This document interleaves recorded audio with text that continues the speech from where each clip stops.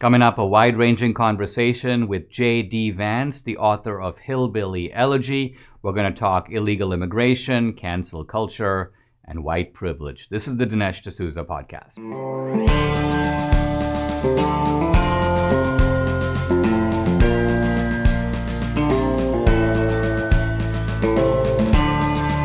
America needs this voice.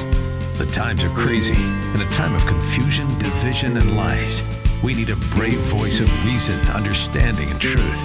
This is the Dinesh D'Souza podcast.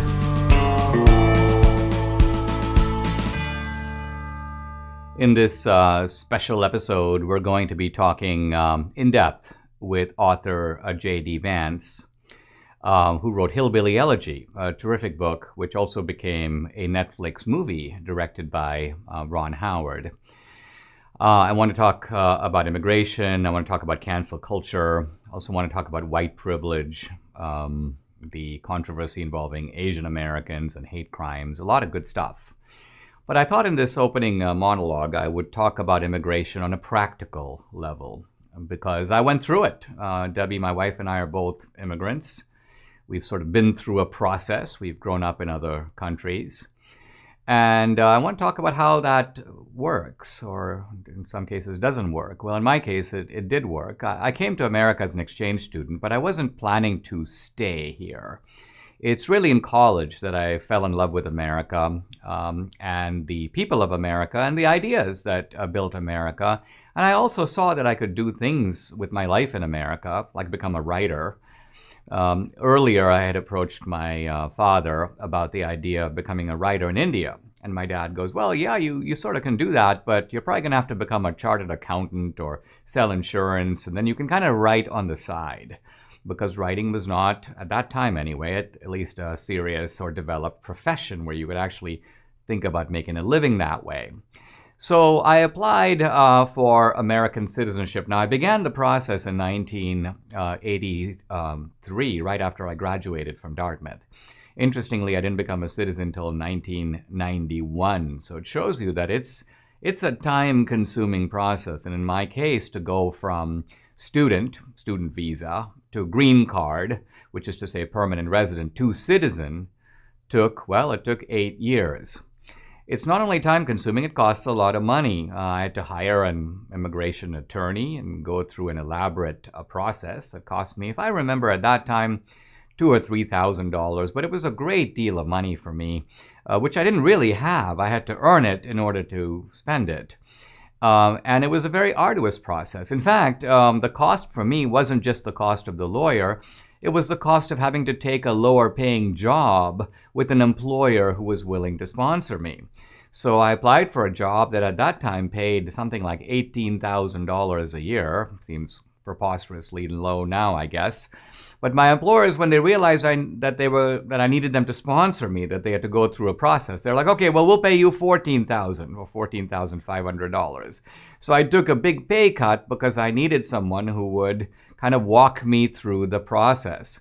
And these people had to buy ads in the New York Times advertising the job I was applying for. They had to prove that there was no willing and employable American who would take that job. They had to show that I had a range of skills from writing to editing to fundraising, a familiarity with the Ivy League. This was for a magazine editorship at Princeton. So the bottom line of it is this is the process, and it's not easy. And it's particularly hard when you don't have a lot of money. And you're always at the risk that your time will run out and you'll be basically sent back to your home country. Now, this is the line that immigrants cut. The illegals, they jump ahead of this line. They basically go, here's my starving kid, Biden, let me in. So the idea here is that just because you can show up at the border and produce, you may say, a hard luck story, you're basically claiming priority over all of us. Many of us from distant countries, we don't have a border, we don't have a fence to jump through, but we stand in a very long line, and the line is even longer now than it was when I applied to get in. Now, the other point is that immigrants are a walking refutation of the idea that all cultures are equal. That was one of the silly doctrines that I was taught at Dartmouth. All cultures, Dinesh, are basically equal. No culture is better or worse, superior or inferior to any other. And this was taught to me by the sort of anti-racist. They say this because they think that to say that any culture is better is to give fuel to the idea of racism. But every immigrant knows that they're lying through their teeth. Why? Because we are voluntarily leaving one culture and coming to another. So in that very act, the immigrant is affirming the superiority of some culture, the cultures that they're moving to, and the relative inferiority of their own culture, which they are walking away from. Bottom line of it is cultures that attract people are better. Cultures that people are trying to leave or walk away from are worse. Now, the irony of all this is that we now have this ideology that's being propagandized through the media and through schools, critical race theory. And of course, the premise of critical race theory is that America is horrible. America is deeply racist, and it's not just episodic. It's not just here or there. It's structurally racist. It's built into our institutions. It has been since 1619. And here's my question. If America is so horrible, if it's particularly discriminatory and evil toward blacks and other minorities, black and brown people, why are the black and brown people trying to come to America? Haven't they been able to read all these critical race studies analyses that tell them, don't come to America, you're probably better off in your own country, less racism, less structural discrimination, more people who look exactly like you. Evidently, the immigrants know that this is all massive BS. They obviously pay no attention to it at all. And the critical theory people also know it's BS. Why? Because if they really believe their own nonsense, then they would say, we should not allow immigrants into this country. It's very inhuman to take people, particularly brown and black people, and allow them to come to this horrible country. Do Jews try to break into Nazi Germany? No. Why would you? And if Nazi Germany is anti-Semitic, anti-Jewish, the Jews are going to stay away. Well, if America is so racist, then presumably the minorities would want to stay away, but they don't want to stay away. And even the critical race theory people are dead silent on this topic, I think because they know deep down that their own ideology is a massive fiction. It's a massive fiction with a political purpose to gain more power, to gain more institutional control, to sort of play a fast one on the American people. But of course, the immigrants are listening and laughing and paying no attention to it and trying really hard to come across the border. And at the very least, what that shows is that America, even for people of color, is still a pretty darn good place to live. Hey, I see on social media that Mike Lindell might run for governor of Minnesota. Now, I haven't talked to Mike about it, but my message is, do it, Mike. Teach him a lesson. In the meantime, Mike Lindell continues to put out great products. He's got over 100 on his website, and there's always new stuff coming down the pike. The latest? Slippers, and these are heavenly slippers. Debbie and I have had the pajamas, we've had the robes, but we just ordered the slippers. They're amazing. Mike Lindell has women's and men's moccasins and slip-ons. Debbie and I just got ours, and if you order now, you'll get 40% off with promo code Dinesh. So don't wait. Call 800-876-0227 or go to mypillow.com. Make sure to use promo code Dinesh. I'm really happy to invite author J.D. Vance to this episode of the podcast for kind of a wide-ranging conversation. But we're going to begin by talking in some depth about the crisis at the border. J.D., thanks for joining the show. It's great to have you. And if I could begin, we seem to be facing an unprecedented situation at the border. And what makes it so unprecedented is that this is not your ordinary, you may say, home invasion, but it's a home invasion at the behest, at the almost, you could say, invitation of the Biden administration. During the campaign, Biden was almost blunt in saying, hey, I'm going to do the exact opposite of what Trump did. And I want to play a short clip of an interview with some migrants talking about why they decided to come. Listen. Would you have tried to do this when Donald Trump was president? Definitely not. Definitely. We had the chance, you know. We used to watch the news, and I definitely won't do this. So did you come here because Joe Biden was elected president? Basically. So that's Martha Raddatz talking to migrants on the border, and they're basically saying, "Yeah, Biden told us to come. That's why we're here." So is this a home invitation kind of invasion at the invitation of the man of the house, you might say? Yeah, I think unfortunately it is, Dinesh, and you've seen clips like that from a number of different mainstream outlets, which is interesting because the press has been so resistant to call this a border crisis and to really cover it in the way that it needs to be covered. What you're seeing now is the problem is so out of control that they just can't hide it anymore. I think that you're so finally seeing the press really open its eyes and cover what's going on at the southern border. And unfortunately, it's a pretty simple incentive versus disincentive problem, right? When you invite people to come in, when you tell them that there won't be enforcement at the border, then a natural conclusion is people say, all right, now is the time to go. Let's pick up and pack our bags. We know that now we can get across. And that's the implicit invitation, in some ways an explicit invitation that Biden personally or folks in his administration have offered is, yeah, if you come across the border now, maybe if you send your kid across the border unaccompanied, we're going to have a totally different enforcement mechanism. It's going to be easier to make it across. Once you're across, it's going to be easier to stay. And it's almost ridiculous that we wouldn't have assumed that this would cause a border crisis in the first place. It's like when people think that it's easier to come, that if they get across, they're going to be rewarded for it, then of course they're going to come. That's basic human nature. Somebody extends you an invitation, and if you're a desperate person, you're going to accept it. Unfortunately, them accepting that invitation comes at great personal cost, of course, to them as Central Americans making a very treacherous journey. It also comes at really negative cost to a lot of people in the United States who are going to suffer the consequences of this border crisis. Now, there's been some press reporting about how all of this has turned into a smuggling operation. The New York Times, for example, talks about the fact that you've got these smugglers' operations, and there are all these different rates that you have to pay. If you're a Mexican, you pay $4,000, and if you're from further in South America, you pay more. If you're Chinese or you're Iranian, you pay a different rate. And then they have a system of wristbands that they use to identify you. So what's going on is essentially, it seems like Biden has licensed a massive criminal operation. And then if you go further back and you follow these caravans, now this reporting has been mainly in conservative media, but a caravan of thousands of people can't move hundreds of miles on its own. No one's even going to get the idea to do that. So there has to be a kind of elaborate network of medical facilities. Somebody's giving you maps. Somebody's giving you phone cards so you can call home. So there's an international left that is working in conjunction with the American left to move all these people toward the border. And it seems to be an operation that is, in some senses, quite deliberate. This is not a spontaneous response to famine, but rather it is an organized operation to sort of breach the fence of the United States, a fence that apparently was holding up pretty well under Trump, but now all bets are off. Yeah, it's a very interesting way to put it. They've licensed this massive criminal organization. And to your point, it really is a massive organization. You need logistic support. You need a lot of intelligence to move that large number of people. You obviously need to feed them. You need to provide them water. And doing that over a long and treacherous journey when you have so many people, it really is a sophisticated criminal operation.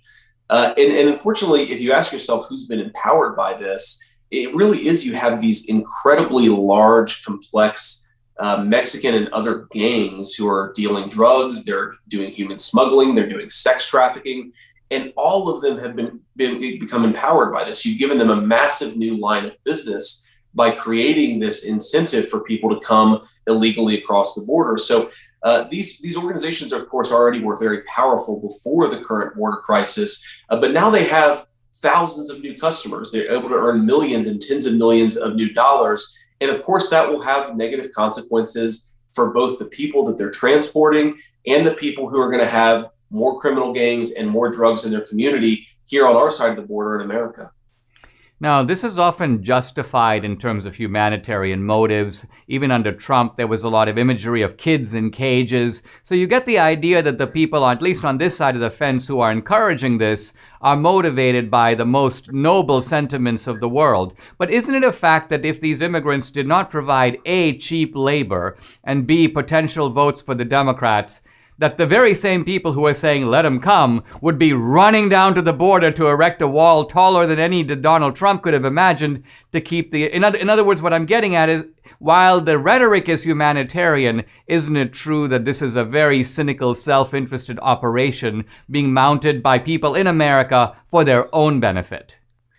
Yeah, that's exactly right. I think it's always important to ask who benefits from what's going on and who really suffers from what's going on. We know who suffers. It's American citizens. It's the Central Americans who are being trafficked across the border. It's the children who are being used sometimes as sex slaves for Mexican drug cartels. We know who suffers from this. Of course, it's people in my community who are going to have more meth, more heroin into their communities, more overdose deaths because of it. It's pretty clear who suffers from it, who benefits from it. Well, we just talked about these massive Mexican drug cartels and criminal gangs who benefit. Who also benefits, of course, is massive American multinational corporations. They're kind of American, they're kind of multinational, but one of the things that unifies them as a philosophy is they love cheap labor. And if you look at our immigration policy, if you look at who's supporting our immigration policy, who's donating to the political candidates that enact that policy, it's very often big corporations who don't care about their own country. They just want cheap labor. They want cheap labor because it benefits their share price. They want cheap labor because it makes their lavish lifestyle much cheaper to actually live. And again, it's kind of deranged that in the name of compassion, we've allowed this incredible crisis that's harming little people, that's harming working people on both sides of the border, and it's benefiting these massive criminal gangs and massive corporations. It's really sick if you think about what's going on. We're coming right back with J.D. Vance to talk more about why the corporations, which used to lean Republican, now like the Democrats because they love cheap labor. Do you think our nation's economy is going to be insulated from Biden's massive tax increases? Think again. There's only one way to protect your savings. Do what over 10,000 other smart investors have and convert a portion of your retirement accounts into gold and silver with Birch Gold. When inflation hits, and it will, gold and silver are your safe haven. That's who I trust, Birch Gold, and you can too. You can convert your IRA or eligible 401k into an IRA backed by gold and silver through April 30th on qualifying purchases when you buy physical gold or silver or open a precious metals IRA with Birch Gold. They will send you a free home safe. Text Dinesh to 484848 for your free information kit on Precious Metals IRA or to speak with a Birch Gold representative today. With 10,000 customers, they have an A+ rating with the Better Business Bureau, countless 5-star reviews, and they can help you too. Text Dinesh to 484848 for your free safe with qualifying purchase. Back with author J.D. Vance, and we're talking a little in depth about the immigration issue. Now, recently, Nancy Pelosi made a very interesting statement about how the illegals and the dreamers are sort of the true embodiments of the American dream. Listen. This legislation is protecting dreamers and TPS and DED recipients, honors the truth that immigrants are the constant reinvigoration of our country. When they come here with their hopes and dreams and aspirations, these parents bringing their children, their hopes and dreams and aspirations for a better future for their children. That courage, that determination, those aspirations are American traits, and they all make America more American with all of that. Indeed, they are true and legitimate heirs, these dreamers are, of our founders. E pluribus unum, from many one. We talk about that all the time. Now, when Nancy Pelosi uses this rhetoric, and you can imagine, JD, it resonates with me because, of course, I came to America for this American dream. I was, in a sense, dreaming the dream before I even got here. But she's not referring to me. She's referring to a different type of immigrant. And so that's the sort of, that's the underlying message that is not part of what she's saying. I want to talk about a very eye-opening op-ed that you just wrote. This was in Newsweek about illegal immigration, and you started it by talking about you and your wife, who I believe is Indian American by background. But anyway, you were talking about the two of you were at what you call a Master of the Universe event, an event with all these social elites and business elites. Tell us a little bit about this event and what you heard there that caused your ears and your wife's ears to perk up. Sure. Well, as you know, Dinesh, these events are pretty common. We call them cocktail parties, they're dinners, they're resort functions where everybody goes to the same fancy hotel and really sort of celebrate how in control and how wealthy they are in our entire society. It's a pretty fascinating dynamic. But at this one in particular, this was in 2018, I believe. I was seated next to my wife, of course, and also to a large hotel multinational CEO. And he was talking about how he had to raise wages because of Donald Trump's immigration policies. And I was sort of like, oh, that's an interesting comment. Let's talk a little bit more about that. He said, look, in the past, if I needed more laborers in my hotel, then I could just go to the illegal immigrant population. There were always people coming in. I could always continue to fill the labor pool with those people. But now that we don't have those people to replace and to fill our hotel labor force, now I just have to actually recruit Americans to do those jobs, and I have to pay them more money. And it occurred to me, first of all, there were two really sort of fundamental insights that I had about this moment. The first is this guy was really frustrated. One of the wealthiest people in the world, of course, that he had to pay his people more money, working and middle class people a better wage so that they could live their lives. I just thought, this is such a ridiculous way to think about your own workers and your own people. The second thing is that it made it clear how sometimes what's framed as compassion for illegal immigration is just raw, cynical economic self-interest from our economic elites. That what he saw is that a tight border was bad for his bottom line. If he couldn't import low-wage immigration or low-wage immigrants into his hotel workforce, then he was going to have to pay more people money, and he didn't like that. And, my wife, who always asks me, you seem to, the more you go to these events, the more that you get frustrated with these people. I'm always curious why. And she sat at that dinner with me and sort of listened to this, with her jaw on the floor. And then afterwards said, yeah, I can understand why you don't like these people very much. Well, it's such a contrast. It flashes my mind back to Henry Ford. When Henry Ford was first making the automobile, he realized very few of my workers could afford an automobile. So he said, you know what? If I'm going to create a mass market automobile for America, I got to pay these guys more. I got to pay them more, and I got to make a cheaper car, because the combination of me paying better wages and making a cheaper car is going to allow my type of worker to go buy my type of car. And in the end, so that's an enlightened concept of self-interest, whereas it appears that the dude you're talking about is sort of the bad CEO, because this guy, first of all, cares nothing about him. He cares nothing about being in America, having all the opportunities America provides. He's perfectly willing to screw over his fellow American if he can get an elite. So he's willing to break the law, and he's also willing to undercut American wages, all because he wants to be, as you say, even richer than he already is. Yeah, that's a really smart point. And, one of the things that Peter Thiel, the great investor and social commentator, said is that, in the 1950s, you could make a really good argument that what was good for GM is good for America. It's not totally true that in the 2020s, what's good for Google is good for America, because, so many of our business class, they've divorced their sense of economic self-interest from the broader community and the broader nation state. Right? Like you said, this enlightened sense of self-interest that recognized that, Henry Ford is going to get a lot wealthier if his workers are doing well, if his nation is doing well. You have a lot of these modern business elites who don't see any difference between their own country and China, who don't really care about their own communities in the same way, who don't care about their workers in the same way.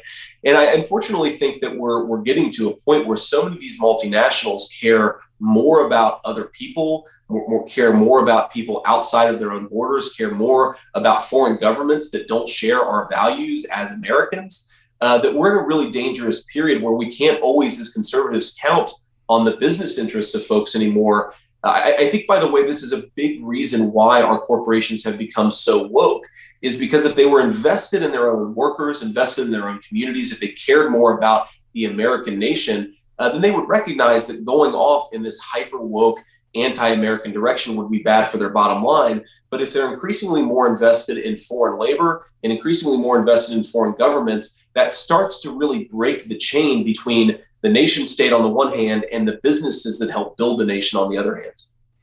Now, are we seeing a movement away from this idea that we belong to a country? I say this because nationalism, the idea that we love our country, is not a phenomenon that goes back thousands of years. It's a phenomenon that goes back hundreds of years. When suddenly people began to feel, I'm an Italian, I'm a Frenchman, I'm an American, and they saw a commonality among your fellow citizens. I think even today it's true that if Americans see each other on the Champs-Élysées or in some place in Korea, they immediately recognize each other. So they've got habits and mores in common. But it could also be that, at least as far as these CEOs are concerned, that they are now identifying more with their racial identity. I have white privilege. As you say, they're woke. They're into all that. But you ask them about, the American flag, the American anthem, the kind of insignia of American membership, and it doesn't seem to resonate with them. Or at least they're perfectly willing to have their employees spurn the flag or take a knee for the anthem. They're against the country, even though they're in favor of all these other forms of identity, which apparently have come to center stage. Yeah, I really hope that we're not going down that pathway, because I think it's a very dangerous place for us to go. And I think one of the lessons of the past few hundred years of history is that this, multi-ethnic sense of American nationhood that we've had, it really works for us. You mentioned I'm married to an Indian immigrant. We've always felt like this country belongs to us and like we belong to the country. That's a very important and a very unifying thing. But when you start to organize your identity around other things, that it can be a little bit more precarious. I think a healthy way to organize your identity is around a common faith, a common religion. But when you start to organize your identity around your racial or ethnic heritage or other things, then it can lead to a dark and dangerous place. And I think increasingly our corporations are actually encouraging us to divide ourselves by racial lines, by ethnic lines. I think it maybe makes them a little bit more powerful, because if we're divided against each other, they have a little bit more say in our society. But I think it's really bad for a sense of common American nationhood in the society that we have in the 21st century.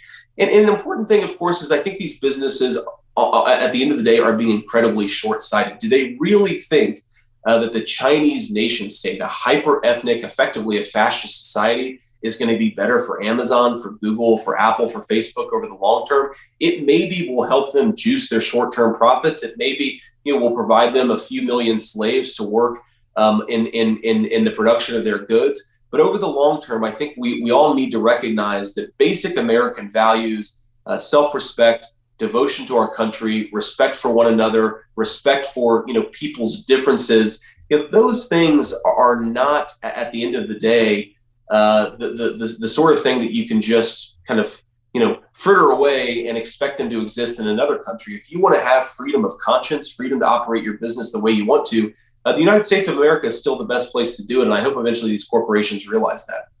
Right back with J.D. Vance. We're going to talk more about minorities and cancel culture. We're also going to talk about the working class. And I want to talk about the privilege of being born in America. Let's face it, taking trips to the post office is probably not how you want to spend your time. That's why I recommend mailing and shipping online at Stamps.com. Stamps.com allows you to mail and ship anytime, anywhere, right from your computer. Send letters, ship packages, and pay a lot less with discounted rates from USPS, UPS, and more. Stamps.com has saved businesses thousands of hours and tons of money. With Stamps.com, you get the services of the post office and UPS all in one place. We use it. We love it.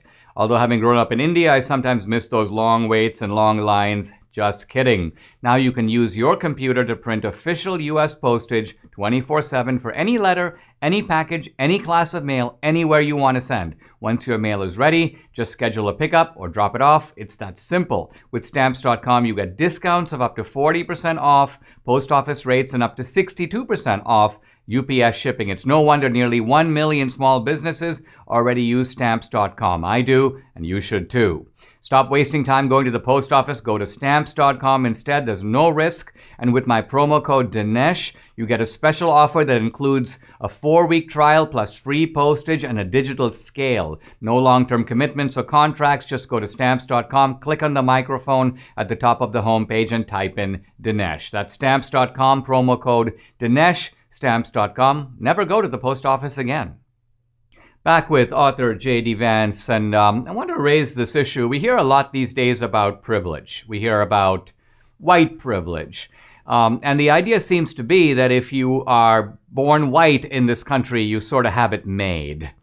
And on the other hand, if you are non-white, sort of too bad for you. You're a victim of this structural oppression.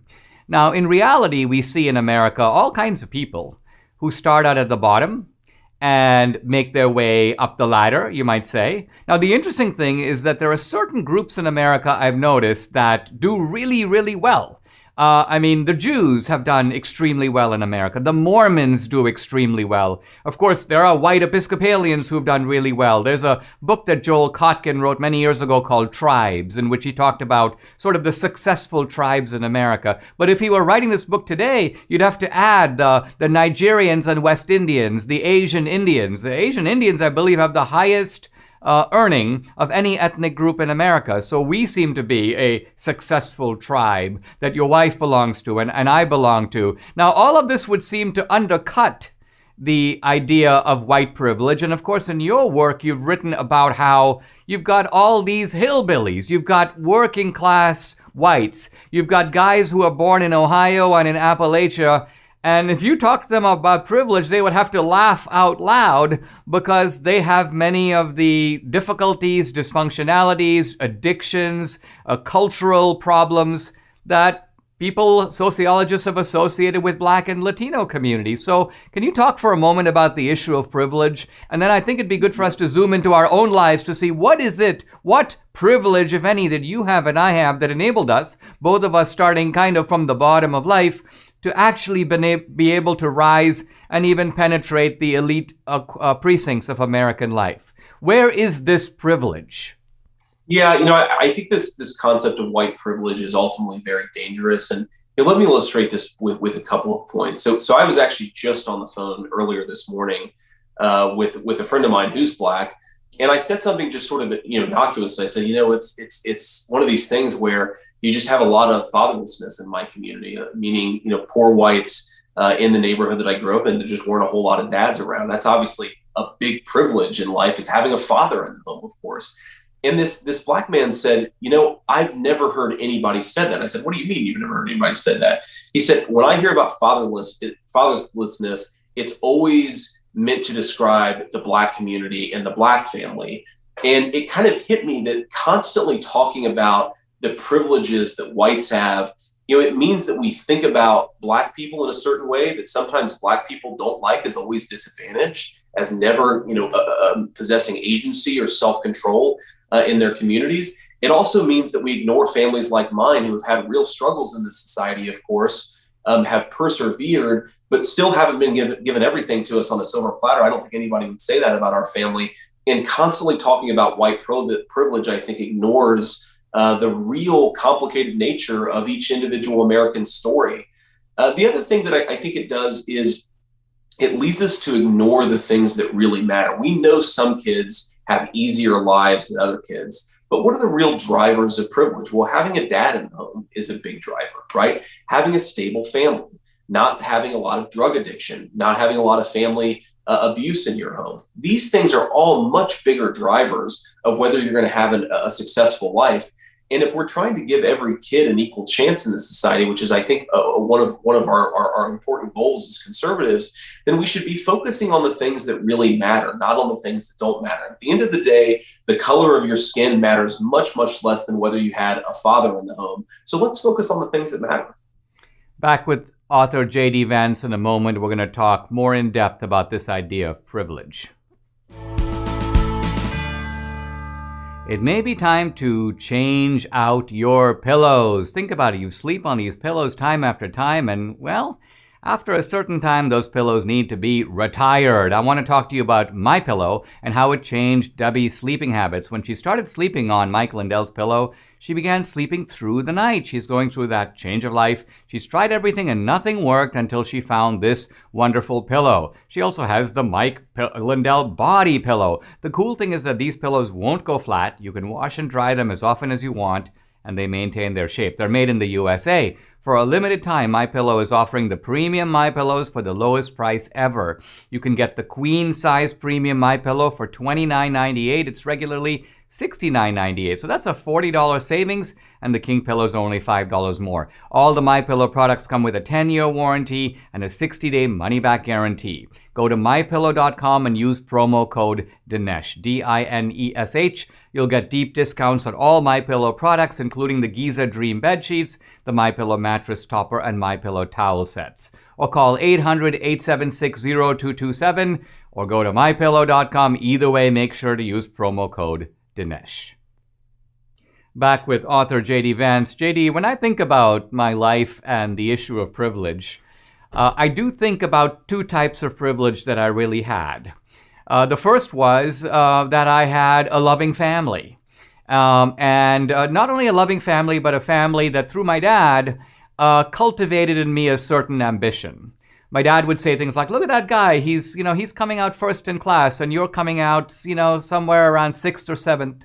He goes, do you realize how much harder that guy works than you do? And I'd be like, well, Dad, I put in an hour a day after school. And he goes, yeah, but that guy puts in 4 hours a day. And then one day my dad handed me a book and he goes, son, you should read this book. And I remember looking at it, and it was Jean-Paul Sartre's The Stranger. And I looked at the book, and I, of course, never heard of existentialism or any of it. I was probably 13 years old. And I said to my dad, I go, have you read the book? And he goes, no, he hadn't read it. My dad was not a reader, but he wanted me to be one, so he was inculcating in me not just qualities that he had, but a love of learning that as a technical man, he himself didn't participate in directly. So that was the first type of privilege. And I thought to myself, when I was a kid, I would study the dictionary. I'd try to improve my vocabulary. Now, if I stayed in India, these skills that I developed and this ambition could very well have gone nowhere. Now, people in India tell me that today there's more room for that in India. But in the 70s, there was no scope in India for someone like me. So my point is, by being transplanted into America, land of opportunity, I suddenly find that these qualities that were cultivated far away in the outskirts of Bombay, Mumbai, suddenly become qualities that can be converted into success. They helped me to do well on the SAT. They helped me to get into Dartmouth. They're going to help me be a good student against American students who went to very good and very expensive prep schools. So when I think about privilege, yeah, I was privileged, not financially. In fact, I came to America with no money at all and worried about how I would get by. But I had the background of family, and I also had the fact that I had now won the lottery. And by winning the lottery, I mean I found myself in the United States of America, a place where my talents and ambitions could find fertile ground. Isn't it true that being an American, and this interestingly would apply to all minorities here, they're beneficiaries of American privilege, even as they go on and on about white privilege? Yeah, I think that's a really important point. And there are a few reactions I have to what you just said. I mean, the first is absolutely, there is a benefit and a privilege to being born here in the United States of America and having the opportunities to pursue your dreams. And, one thing about this whole privilege conversation is, it's one thing to respect people's differences. It's one thing to look at a person who isn't like you and be respectful, but it's another thing to constantly heighten the tension, heighten the differences. If you want to share a country with somebody, you and I obviously don't look like each other, but I think we have a lot of similar values. But one of the things that works about America is it's not just constantly talking about the differences. It's also talking about what's same. It's common values. It's common purpose. It's a common view of where we want our country to go. And that sense of commonality gets evaporated in the privilege conversation because you're just focusing all the time on people's differences. And the second point I'd make about that is, you may have seen some of this research, Dinesh, but it's pretty powerful. And it suggests that the white privilege discourse, the constant finger wagging and saying you're privileged because you're white, it doesn't help anyone. It doesn't make the people who send that message or receive it, it doesn't make them more sympathetic to Blacks. It doesn't make them more sympathetic to Latinos.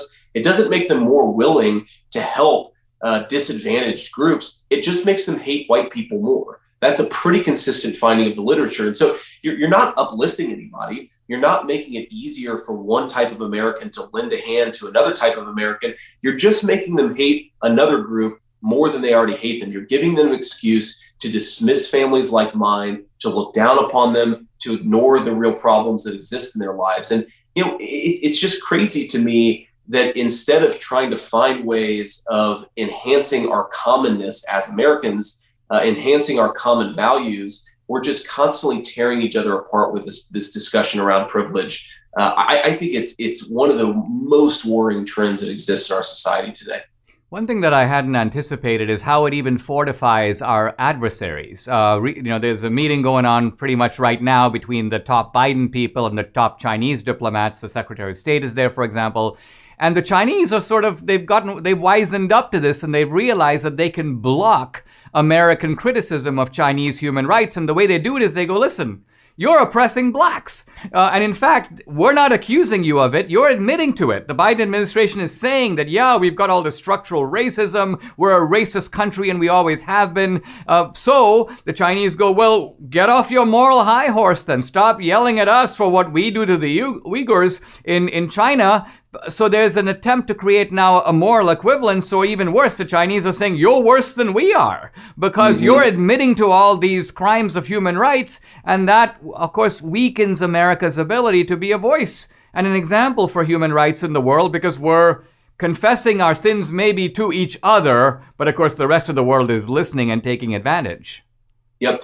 No, it weakens our moral position on the world stage. It also weakens some of the institutions that make us a great country to begin with. Today, I served in the Marine Corps. I was enlisted from 2003 to 2007. One of the most powerful things about the Marine Corps is it took Americans from all walks of life and made us feel like we were on the same team. Our drill instructors, our leaders would always say, there isn't a black Marine, a white Marine.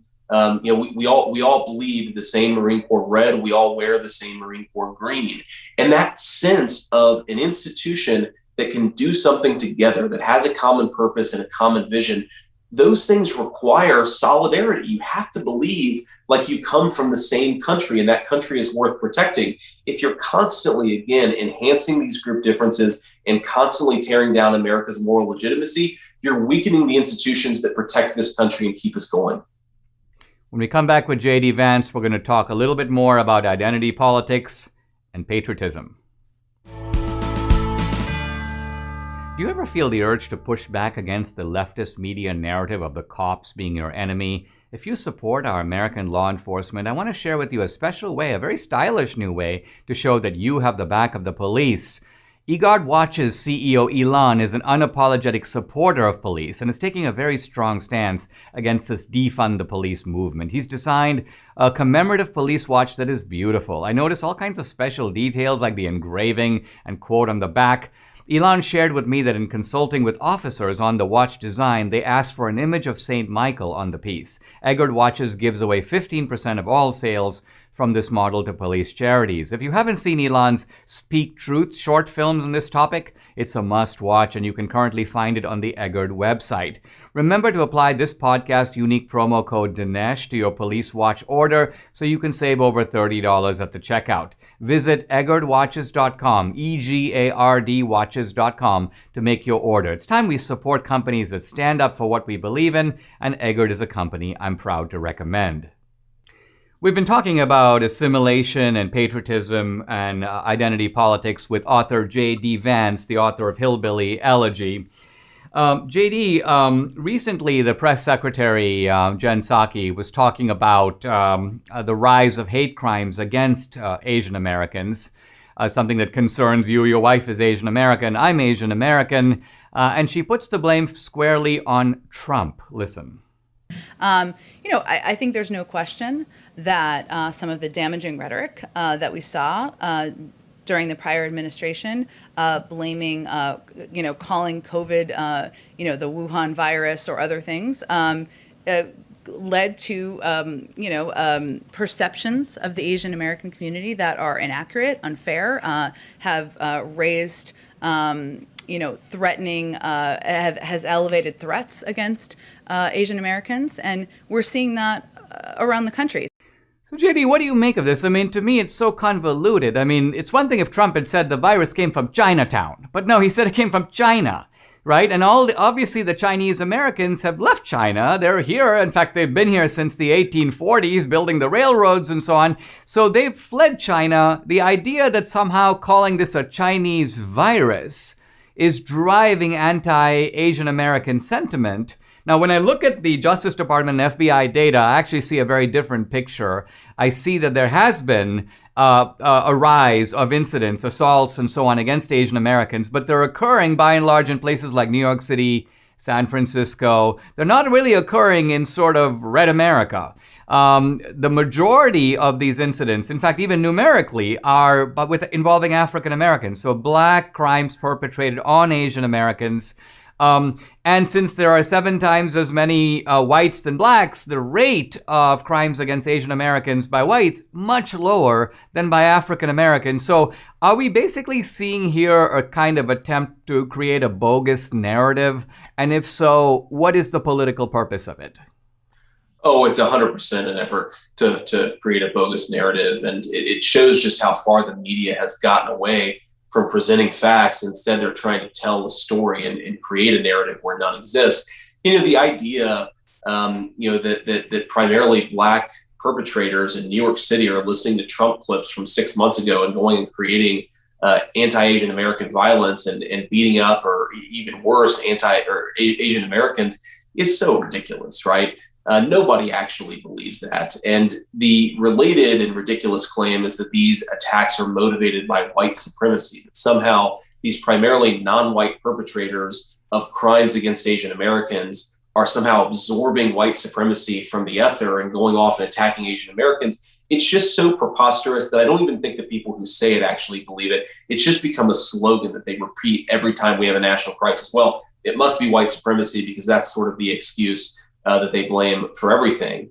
I think the goal here ultimately is to continue to fit everything into that particular box, that the only thing the left is really comfortable with is the idea that white supremacy is the root of all of America's evils. And of course, I don't like white supremacy, but the idea that it causes everything is sort of ridiculous, especially in 2020, but the left just can't get away from it. And so they see this new problem. It's clearly not caused by white supremacy, but they're going to say it is anyways because they don't have any other thing to go on.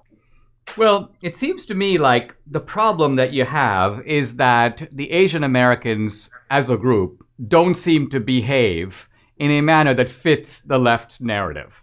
If you look at schools, for example, Asian Americans are doing better than whites. Now, if this was a country ruled by white supremacy, that would not happen. So clearly, the very success of the Asians, not just, by the way, in the academic sector, but in the economic sector, undercuts the white supremacy narrative. I notice in places like Lowell High School, where they've gotten away from merit admissions, and they're now switching to kind of a lottery system. Lowell High School in San Francisco was 75% minority. The group that was most overrepresented was not whites. Whites were like 25%. The Asian Americans were overrepresented. So the real point here, the real target, it seems to me, is merit itself. And that Asian Americans are a problem because they deliver on merit. I mean, and the reason that they're successful is not because they're discriminating against anybody, but because they're outperforming everybody. So this would seem to point to a solution in a very different direction from the left, because it suggests that what the things that Asian American families are doing, things like making your kids just do a lot of homework, are actually the true recipe of success. Rather than this whole idea that the way you raise African Americans up is you fight these structures of white racism. In fact, if you improved savings rates of family formation, homework habits, cultural ingredients of success, it would seem to me that is the obvious way that individuals and groups can move ahead in America. Why is the left so resistant to this obvious message? I think there's definitely something to what you just said. There is a desire to paint every problem in America as a consequence of white supremacy. But to your point, if some minority groups are able to get ahead very successfully in America, then it definitely cuts against that narrative pretty powerfully. And you see this in a lot of the rhetoric directed at Asian Americans by a lot of people on the left. They actually don't, they don't like that Asian Americans are succeeding in American society because it suggests Oh, sorry. No problem. They don't like that Asian Americans are succeeding in American society because it suggests that their entire narrative about American society is ultimately false. We'll come right back with author J.D. Vance to probe the issue of Asian success further. Big tech companies do not hesitate to throw conservatives off their platforms. We can't trust these people one bit. So why exactly are we choosing to give these big tech companies all of our personal data? Now is the time to take a stance. Protect your personal data from big tech with the virtual private network that I trust for my online protection, ExpressVPN. Every device, whether you're on your phone, laptop, or TV, has a unique string of numbers called an IP address. When you search for stuff, watch videos, or even click a link, big tech companies can use that IP to track all your activity and tie it back to you. When I use ExpressVPN, my connection gets rerouted through their secure, encrypted servers, so these companies cannot see my IP address at all. My internet activity becomes anonymized and my network data is encrypted. And the best part is you don't need to be tech savvy to use ExpressVPN. Just download the app on your phone or computer, tap one button, and you're protected. Protect your internet activity with the VPN I use every day. Visit expressvpn.com/Dinesh to get 3 extra months free on a 1-year package. That's expressvpn.com/Dinesh to get 3 extra months free. expressvpn.com/Dinesh. We're talking with author J.D. Vance. J.D., when you were at Yale, one of your professors and perhaps one of your mentors was Amy Chua, the renowned Yale legal scholar. I think she actually wrote a very nice blurb on your book as well. Mm-hmm. Now, Amy Chua generated a bit of controversy several years ago with her book and articles. The one in the New York Times is called Battle Hymn of the Tiger Mother. And I just want to read a couple of things because I think it's the key to why the Asian Americans as a group have been so successful. She talks about the fact that she's a tiger mom, and she goes, "Here are some of the things my daughters, Sophia and Louisa, were never allowed to do. Number 1, attend a sleepover. Number 2, have a play date. Number 3, be in a school play. Number 4, complain about not being in a school play. Number 5, watch TV or play computer games. Number 6, choose their own extracurricular activities. Number 7, get any grade less than an A. Number 8, not be the number 1 student in every subject except gym and drama.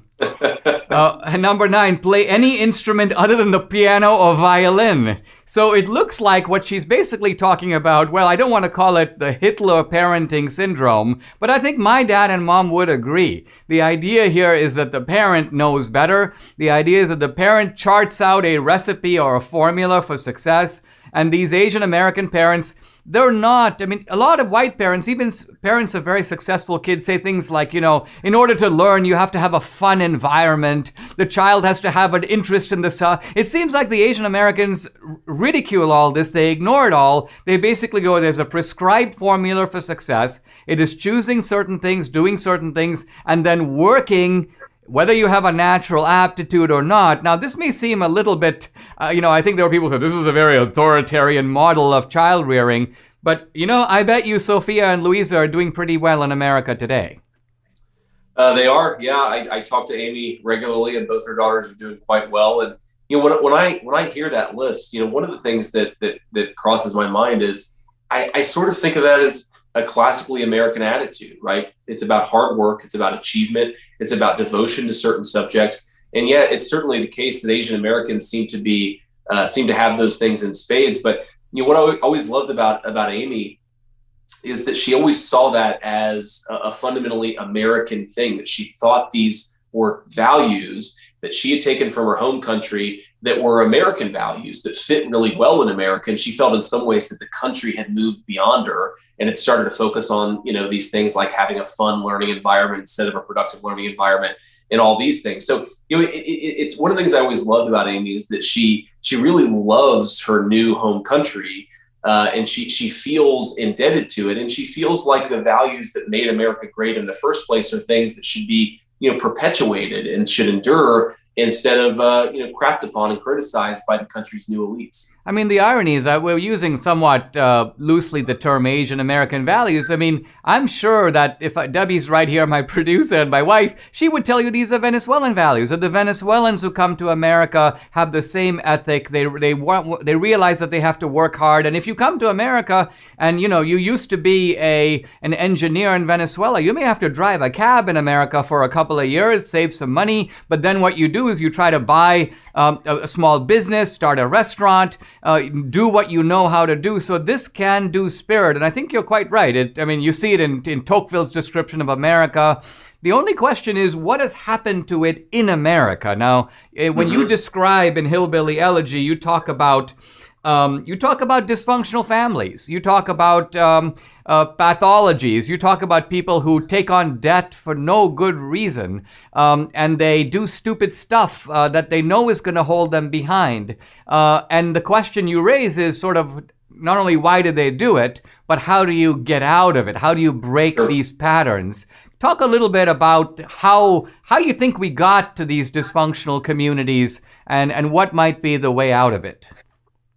I think a big part of it is that our leadership stopped trying to practice what they preach and preach what they practice. When my grandparents grew up in the United States of America, there were very discrete things that they were told. These are the things that you have to do to get ahead. You've got to work hard. You've got to be loyal to your family. You've got to take care of each other. Those are classic American values. And I think, unfortunately, we've gotten to ourselves in a situation where, to go back to the conversation about privilege, where our elites tend to talk about success as something that just happens. Maybe you're lucky, maybe you were born into it, but it's just this sort of thing that's bestowed on people as opposed to something that's earned.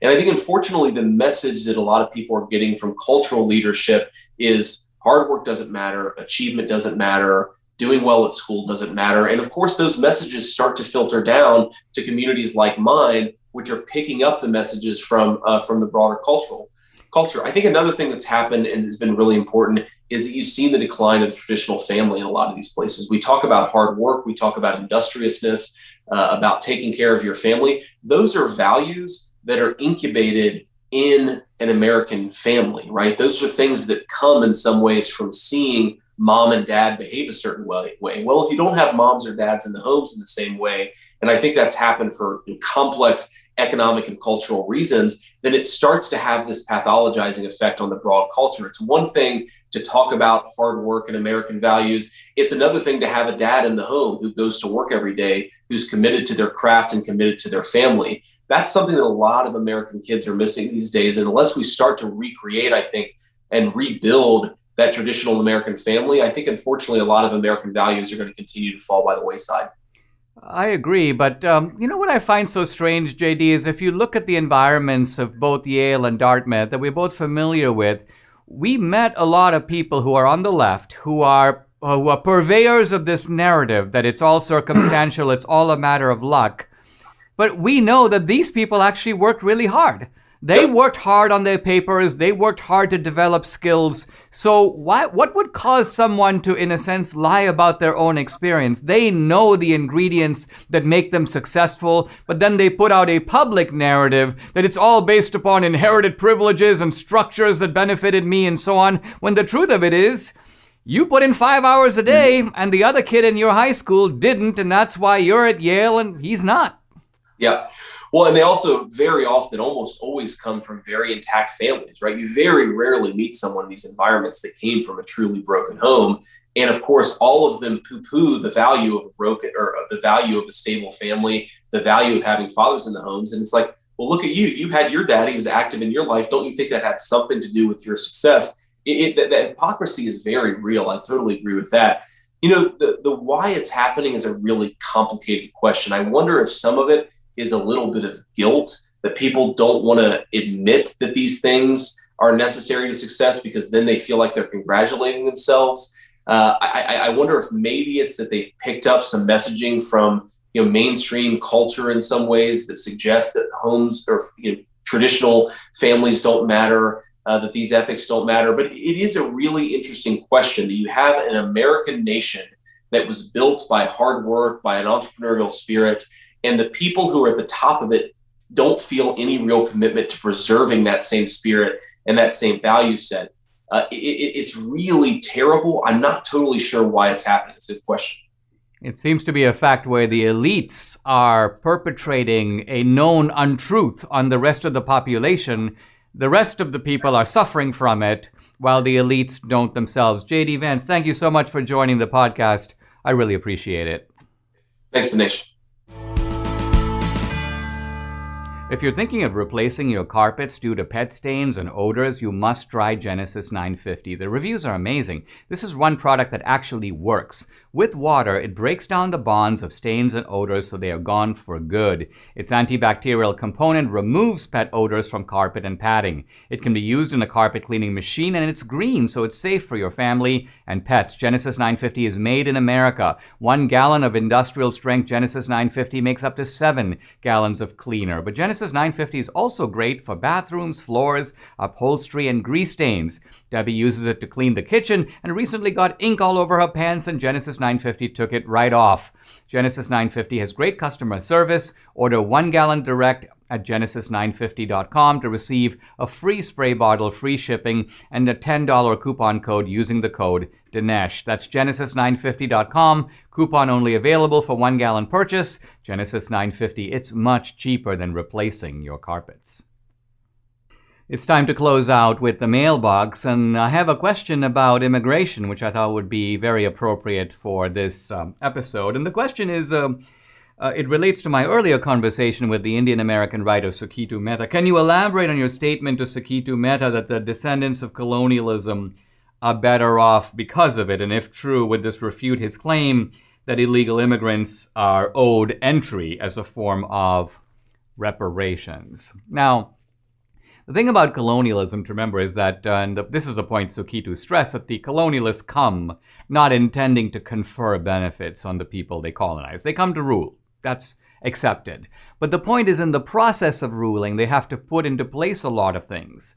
The Romans did, the British did, that did benefit not only the people that were living there, but their descendants. So that after colonialism ends, after Roman rule is over, British rule is over, the Indians can now take over, not just the infrastructure that the British left there, but also the ideas of separation of powers, checks and balances, human dignity, courts of law.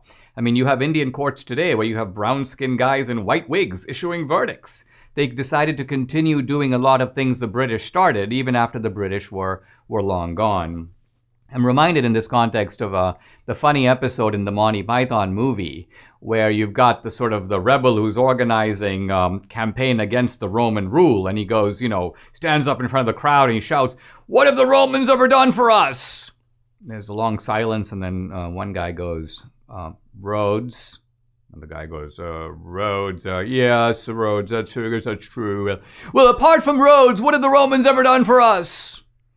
Another guy shouts out, "Aqueducts." The guy, "Well, aqueducts, well, I guess so, yeah.